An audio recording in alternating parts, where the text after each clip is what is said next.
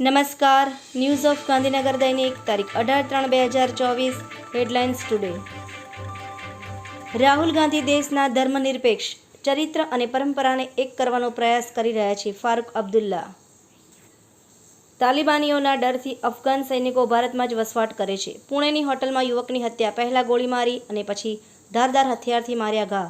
YouTuber Elvis યાદવની ધરપકડ. રેવ party કેસમાં નોઈડા પોલીસે કાર્યવાહી કરી. જો કોંગ્રેસ ન હોત તો આઝાદી ન મળી હોત, જો ભાજપ ન હોત તો રમખાણો ન થયા હોત. સંજય રાઉત. વિધાનસભા ચૂંટણીના પરિણામોની તારીખ બદલાઈ. અરુણાચલ અને સિક્કિમના પરિણામો હવે 2 જૂને. સાથીદારી યુવતીને નશીલા જ્યુસ પીવડાવી બળાત્કાર ગુજાર્યો. વરસાનાના લાડુની હોળી. 20 ક્વિન્ટલ લાડુની વર્ષા થશે. મોટી સંખ્યામાં ભક્તો પહોંચ્યા. તંત્રી લેખ. અમલનો પડકાર. BF એટલે બોયફ્રેન્ડ બનવા માટેની ટર્મ્સ એન્ડ કન્ડિશન. વાંચવા જેવો લેખ. ભરત વૈષ્ણવ.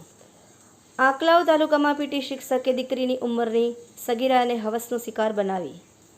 મતદાર યાદીમાં 2.63 કરોડથી વધુ નવા મતદારોનો સમાવેશ કરવામાં આવ્યો છે.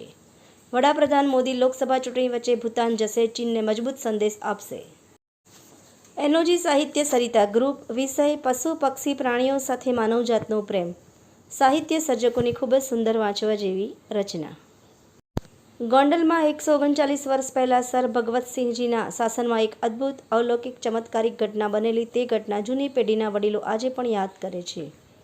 વિશ્વના સૌથી મોટા સાહિત્ય મહોત્સવ નવી દિલ્હી સાહિત્ય અકાદમી ખાતે બાબુ સંઘાડાનું પંચમહાલી ભીલી ભાષામાં ને હિન્દી અનુવાદ સાથે કાવ્ય પઠન. ડૉક્ટર બાબા સાહેબ આંબેડકર ઓપન યુનિવર્સિટીના કુલપતિ પદે પ્રોફેસર ડૉક્ટર અમી ઉપાધ્યાયની પુનઃનિયુક્તિ. દેવપર યક્ષના નીલમબેન ભીમાણીએ કચ્છની પ્રથમ ડ્રોન પાયલોટ બની ગામનું ગૌરવ વધાર્યું.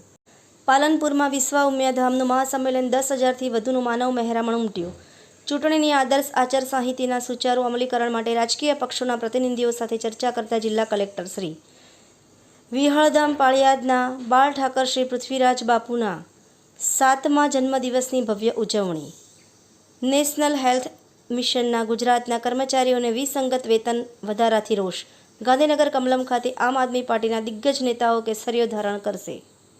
આભાર. મીનાક્ષી રાવલ, ગાંધીનગર. ન્યૂઝ ઓફ ગાંધીનગર દૈનિક જનફરિયાદ ન્યૂઝ.